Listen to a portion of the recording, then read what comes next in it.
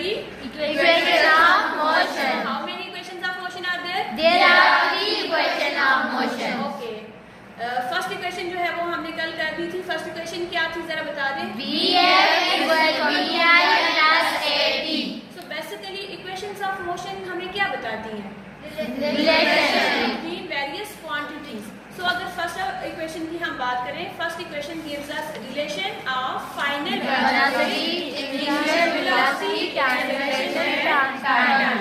So we are going to derive second equation of motion, that is s equals to Vi plus 1 t square. ठीक है. at square जो है वो second equation of motion में. So इसके लिए जो हम ग्राफ यूज करेंगे, ये कौन सा ग्राफ है? Speed line. ठीक है. और यूनिफॉर्म मोशन वाला ग्राफ है. ठीक है. तीनों इक्वेशन के लिए एक ही ग्राफ यूज होगा. Yesterday we have studied that हमारे पास कोई भी अगर कोई व्हीकल है या हमने ग्राफ बनाया, वहां में 0 से लेके या O से लेके A तक जो है वो इनिशियल वेलोसिटी है. इसी तरह फिर हमारे पास जो B से लेके D तक जो है वो फाइनल वेलोसिटी है. इसमें हमारे पास जो x एक्सिस के नाम है वो टाइम है. ठीक है. O से A इनिशियल वेलोसिटी है और जो स्लोप है स्पीड टाइम ग्राफ का, ये हमने पढ़ा था. Slope of speed time graph gives us acceleration. ठीक है. ये हमने फर्स्ट इक्वेशन में कर दिया था. Today we are going to prove the second equation. So क्या लिखेंगे हम लोग? Area of rectangle plus area of area of triangle. ये किसका फार्मूला है? Second equation of motion. It gives us the displacement or distance s. ठीक है.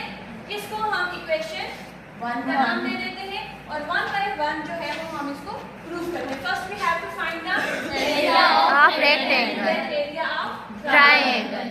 So first we have to find the Area of rectangle. area Of rectangle. rectangle. So यहाँ पे हमारे पास graph में rectangle किधर है? rectangle is OACD. So area of rectangle is OACD. और इसको हम किस तरह से लिखेंगे? It is OAC plus by AC और साथ में हमारे पास क्या चीज है? OAC. OD भी हम लिख सकते हैं क्योंकि आपको पता है रेक्टेंगल में दो साइड्स होती है वो इक्वल होती है, चाहे वो OA हो या CD हो. ठीक है. इसी तरह से OD and AC are Equal. तो OA मल्टीप्लाई बाय AC. अब ग्राफ को देखिए, with the help of graph we will put the values. OA equals to Initial. AC equals to T. This is the area Of rectangle. की जगह में इसका symbol भी use कर सकते. तो we call this equation A. area of rectangle तो हमें मिल गया. अब हमें क्या find Area of triangle. So area of triangle equals to 1 by triangle में why we use this 1 by 2 half के लिए. because triangle देखें जो फुल हम अगर स्क्वायर को बनाएं तो इसमें हाफ जो है वो ट्रायंगल होता है. ठीक है. So we will use this 1 by half और साथ में हमारे पास क्या आ जाएगा? AC into BC. AC multiply by BC. C. First equation से हमने BC वाली लाइन को प्रूव किया था कि BC equals to BC किसकी इक्वल है? AT. के और AC किसकी Time. और 1 by 2 जो है वो as it is आ जाएगा. ये क्या है? Area of triangle. ट्रायंगल को हम इस तरह से भी डिनोट कर सकते हैं. So we will call this equation B. Teacher. Now what we have to do? We will put this equation A and B. in teacher equation इनको number मल्टीप्लाई 1. करना है T स्क्वायर होगी 1. हाँ, अगर मल्टीप्लाई कर दें तो T में भी T स्क्वायर है, यहाँ पे हम T स्क्वायर भी लिख सकते हैं. ठीक है. कोई इसमें फर्क है मतलब में नहीं पड़ता. हाँ तब भी लिख सकते हैं. इट डिपेंड्स जैसे आपको जिस टाइम पे भी आप. अब हमें क्या करना है?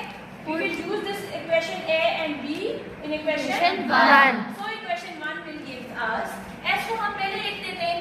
S equals to area of rectangle from equation A.